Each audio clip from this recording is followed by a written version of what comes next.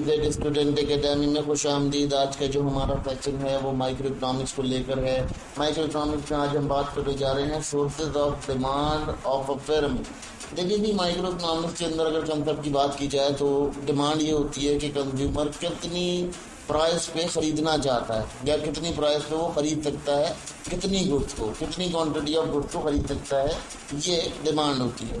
लेकिन अगर यहाँ बात की जाए तो कुछ फैक्टर्स होते हैं जिन फैक्टर्स के ऊपर डिमांड को जाना जाता है। अब हम उन फैक्टर्स के ऊपर डिस्कस कर रहे हैं और उन फैक्टर्स को देख रहे हैं कि ये किस तरह से डील कर पाता है या डिमांड किस तरह से इंटेंड कर पाती है। बेसिकली डिमांड जो है, देखिए अब बदली बात यह है कि डिमांड जो है वो कोई एक फैक्टर पे नहीं होती, इनकम पे होती है, प्रेफरेंसेस पे होती है, सोशियोलॉजिकल बिहेवियर्स होते हैं, फिर इसके अलावा लॉन्ग टर्म अचीवमेंट्स होती हैं, बहुत सारी कंपनी की क्वालिटी प्रोडक्ट होती है, प्रोडक्ट क्वालिटी होती है। जैसे मैंने भी लास्ट टाइम इकोनॉमिक्स की जो लेक्चर था उसके अंदर बताया आपको कि क्वालिटी गिर जाती है जब आपकी डिमांड हाई होने लगती है, तो बाद में फर्म्स क्या करती हैं, प्रॉफिट मैक्सिमाइजेशन के लिए क्वालिटी गिरा देती है। तो ये तमाम चीज़ें जो हैं वो प्रेफर करती हैं और इन तमाम चीज़ों को यहाँ देखा जाता है, इनका बड़ा रोल होता है।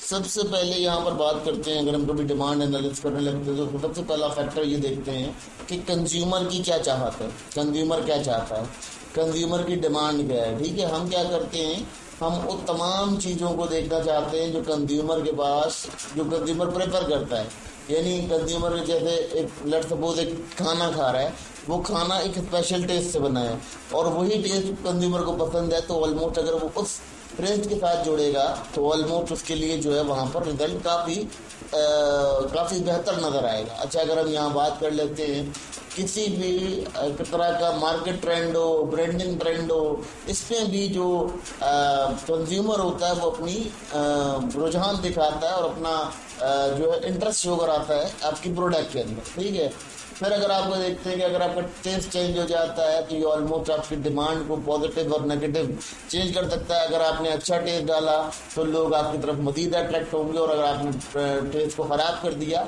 तो जो डिमांड आपकी आ रही थी वो डिमांड भी डिस्ट्रॉय हो जाएगी। तो ये भी एक बहुत बड़ा रिजल्टिंग फैक्टर होता है जिसको देखा जाता है यहाँ।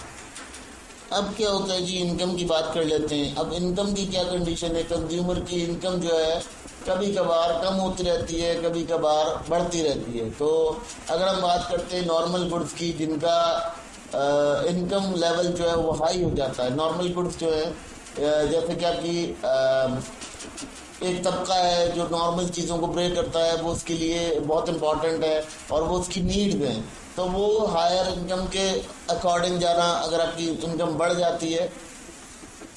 अब यहाँ मज़े की बात देखते हैं कि यहाँ दो तरह की गुड्स होती हैं, एक होती है नॉर्मल गुड्स।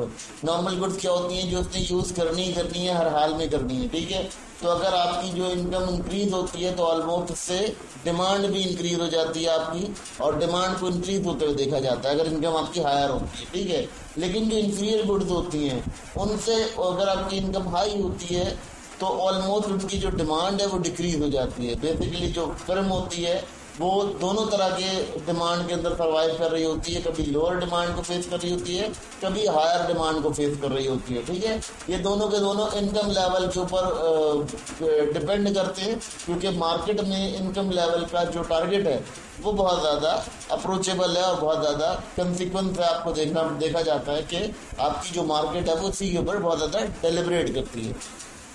यहाँ पर अगर बात करते हैं तो सबसे बड़ा इम्पोर्टेंट ये आ जाता है कि प्राइस ऑफ द फिल्म, यानी फिल्म जो है वो एक प्राइस के ऊपर काम कर रही होती है, उसकी वो प्राइस डिपेंडेंट होती है।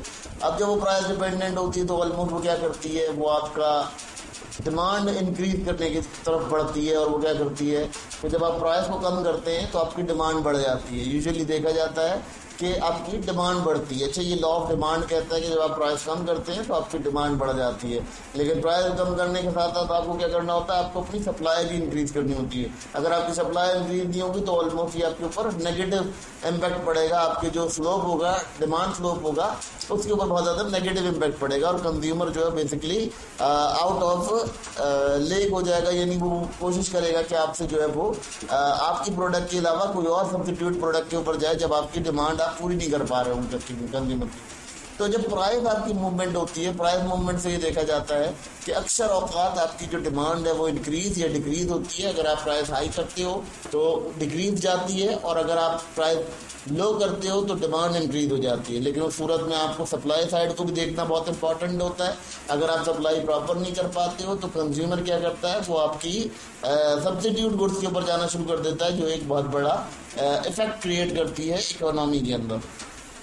अब एक और फैक्टर मौजूद होता है इकोनॉमी के अंदर कि price of related goods. Price of related goods का मतलब क्या होता है कि जैसे आपकी कोई रिलेटेड गुड्स है, उसकी प्राइस चेंज होती है, उस पर एक्सचेंज आता है, तो आपकी ऑलमोस्ट जो आपकी गुड होगी उसके ऊपर कोई ना कोई ज़रूर फर्क पड़ेगा। लेट सपोज आप सब्स्टिट्यूट गुड्स की बात करते हैं सबसे पहले, तो सब्स्टिट्यूट गुड्स के अंदर आपके पास अगर कोई सब्स्टिट्यूट गुड है, उसकी प्राइस, उसकी जो डिमांड है वो राइज हो रही है, तो क्यों हो रही है? क्योंकि किसी और प्रोडक्ट की जो है प्राइस इंक्रीज हो रही है, ठीक है। किसी और प्रोडक्ट की प्राइस को इंक्रीज होने की वजह से आपकी डिमांड बढ़ रही है या आपकी डिमांड गिर रही है, ठीक है। अब कैसे देखिए, यहाँ एग्जाम्पल के तौर पे देख लेते हैं कि अगर पेप्सी है, ठीक है, पेप्सी की प्राइस अगर बढ़ जाती है तो ऑलमोस्ट लोगों की डिमांड जो है वो शिफ्ट हो जाएगी कोक की तरफ, और वो बेसिकली कोक को एंजॉय करना शुरू कर देंगे या उसको अपने लिए सेटिस्फेक्शन समझने लगेंगे। फिर उसके बाद अगर हम बात करते हैं कॉम्प्लीमेंट्स ऐसे होते हैं कि कोई ऐसी गुड है जो कॉम्प्लीमेंट्री गुड है, यानी उसकी ज़रूरत नहीं है, लेकिन अगर वो है तो आपका काम अच्छे से चलेगा, स्मूथ चलेगा। तो कॉम्प्लीमेंट्री गुड की जब जो कॉम्प्लीमेंट्री गुड है वो राइज हो जाती है, प्राइस उसकी राइज हो जाती है, तो ऑलमोस्ट उसकी डिमांड फॉल हो जाती है। लेट सपोज आपके पास आपके प्रिंटर की जो प्राइस है वो हाई हो गई है, तो ऑलमोस्ट आपका जो प्रिंट इंक होगा उसकी भी डिमांड डाउन चली जाएगी, डिमांड गिरना शुरू हो जाएगी। उसकी वजह क्या होगी कि लोग प्रिंटर के इस्तेमाल कम कर देंगे, प्रिंटर यूज़ करना कम कर देंगे, जिसकी वजह से प्रिंटर जो है उसकी प्राइस हाई हो जाएगी, तो लोग प्रिंटर कम यूज़ करेंगे, तो उनकी जो इंक होगी उसकी प्राइस यकीनन कभी कभार डिमांड उसकी फाल हो जाएगी, इसकी वजह से उसकी जो प्राइस होगी वो भी हाई हो जाएगी। अब सबसे इम्पोर्टेंट बात ये आती है कि मार्केट साइज, आपके पास कितना कंज्यूमर मौजूद है, कितनी कंजप्शन आप करवा सकते हैं। अगर देखिए लिमिटेड कंज्यूमर है, लिमिटेड फिल्म्स हैं, तो ऑलमोस्ट वहाँ तो आपकी डिमांड का कोई एनालिसिस बनता ही नहीं है, ठीक है, क्योंकि आपका कोई कंपटीटर नहीं है।